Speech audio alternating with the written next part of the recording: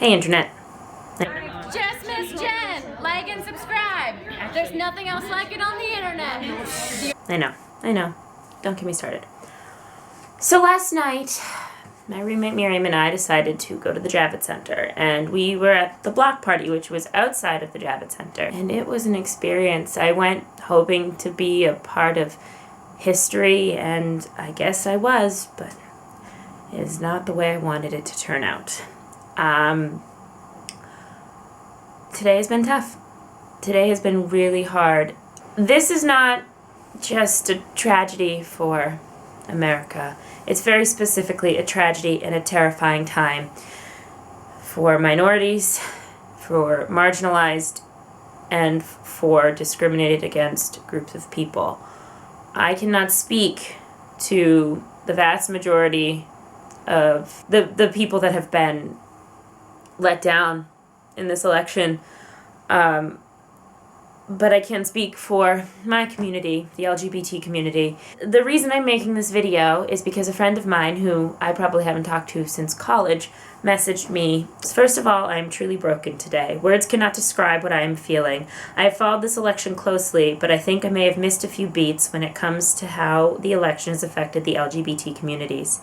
I want to be informed always. Trump likely has no idea about anything to do with the topic, and I wouldn't want to ever be a fly on the wall behind closed doors, as I can only fear what would be said. I'm seeing posts from my loved ones, gay, trans, straight, describing how scared they are for the LGBT community. I have reasons to be scared of him, but I want to know how this has affected other communities. I am beyond sad to know that there is another community that is so evidently horrified by Trump.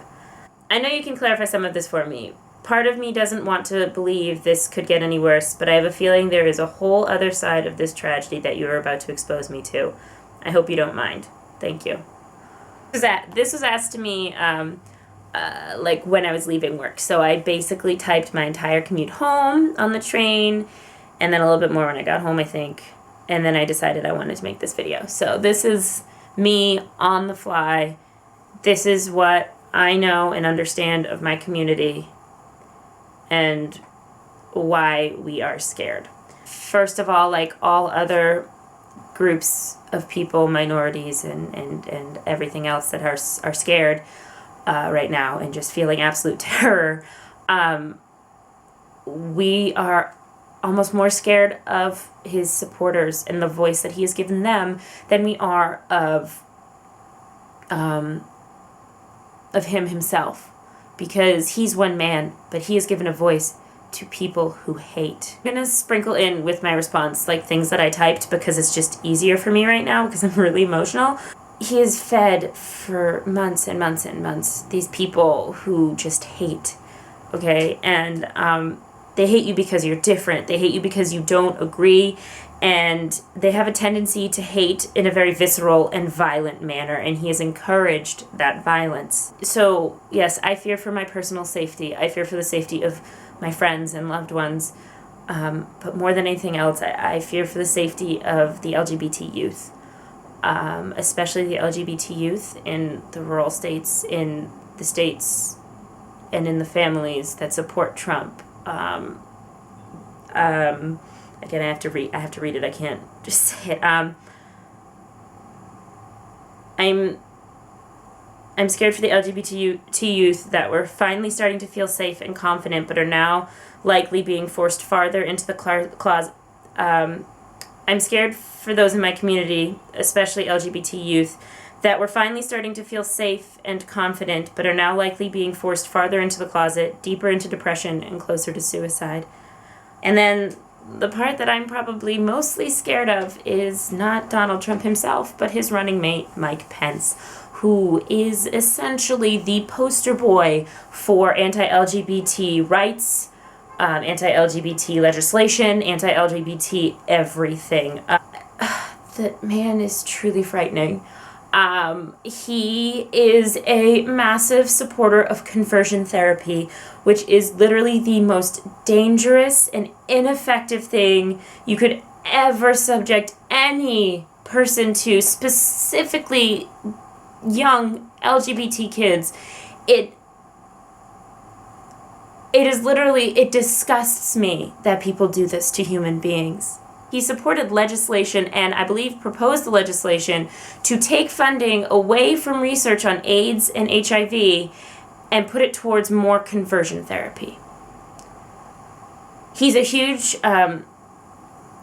opponent of the I can't think of what it's called, but the bill that is allowing transgender students to use the appropriate bathroom, the bathroom that matches their gender identity, the safety of all transgender people using the bathroom that matches their gender identity, using the, and again, this man is literally terrifying. He's using those stupid buzzwords that say, our children's safety is at stake, somehow implying that transgender people and transgender children are putting our children in unsafe situations, that they're somehow dangerous.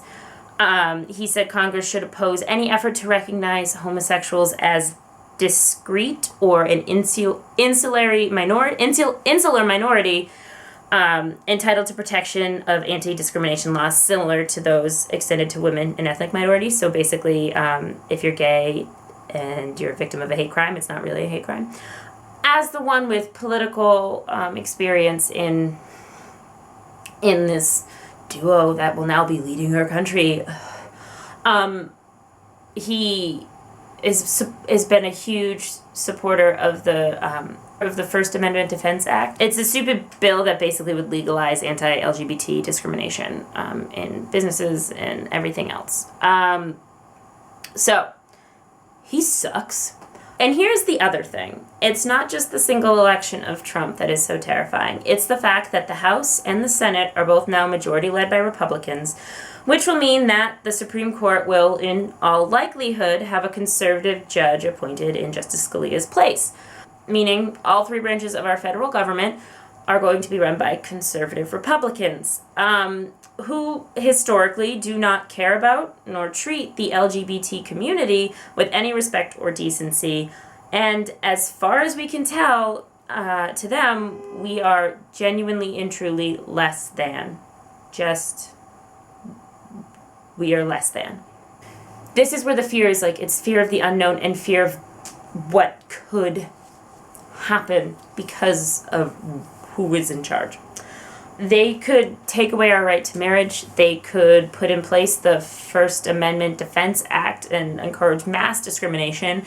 They could take away all of these protections and rights that we and our predecessors have fought so hard to get for the years and years and years, and just when it felt like we were making progress, they could take every single one of those things away from us.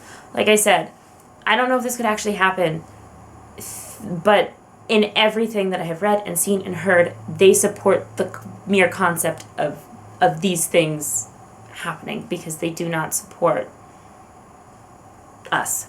Then there's Obamacare, which we all know the Republicans hate, and with all three branches run by them, who knows what will happen. But for a community that is disproportionately affected by mental illness, and particularly by HIV and AIDS, the loss of Obamacare would be devastating, because Obamacare guarantees coverage regardless of pre-existing conditions. Obamacare gives us access to coverage that is, for the most part, affordable. It has its flaws, but if you get rid of Obamacare, you are taking away the only option so many people have.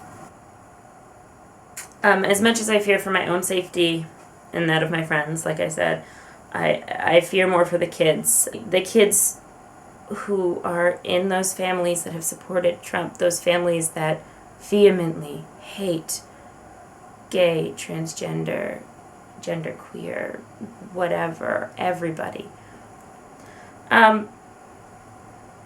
Those kids who vehemently hate themselves because of who they are. In their eyes, this election is telling them that they were right, that they are broken, unworthy, and unlovable, that they don't deserve happiness, that they don't deserve love. Kids who live in communities that tell them this,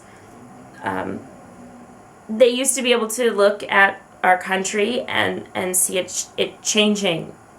There could have been a glimmer of hope, but This election cycle is a huge step back and a huge slap in their face. I fear for their hearts, their minds, and their lives.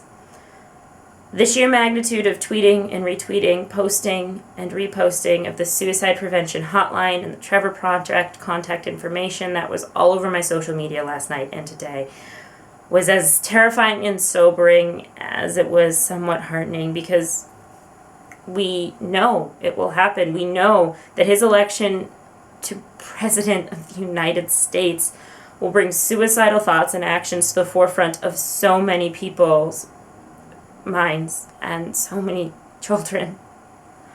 And the acknowledgement and the outpouring of support is wonderful, but the necessity of it is devastating. We're scared. So I'd like to address, in particular, my little nugs, my little gabies. Hell, people still refer to me as a gaby because how recently I came out, but I would like to address them and everybody else. You are loved. You are worthy. You are important. You are okay. It doesn't feel okay. It may not feel okay for a while, but you are okay. You do what you have to do to keep yourself safe. Please stay safe. Reach out for help. Find a community. There are plenty of people who will be there for you. This isn't the end. This isn't it. This isn't... All of our progress is not forgotten. And no matter what they manage to do, we will fight back. I think there's huge evidence in the support we have in this country and the fact that Hillary won the popular vote. Sure, the Electoral College and whatever the frick-frackle that stuff ends up being somehow brought us to have Donald Trump be our president, but Hillary won the popular vote, which means the majority of Americans are on your side. Call to action, I think.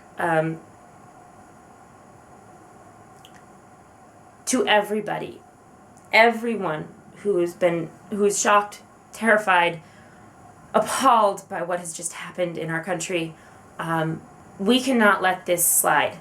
We cannot let this happen again, and we need to remain vigilant for the next 4 years.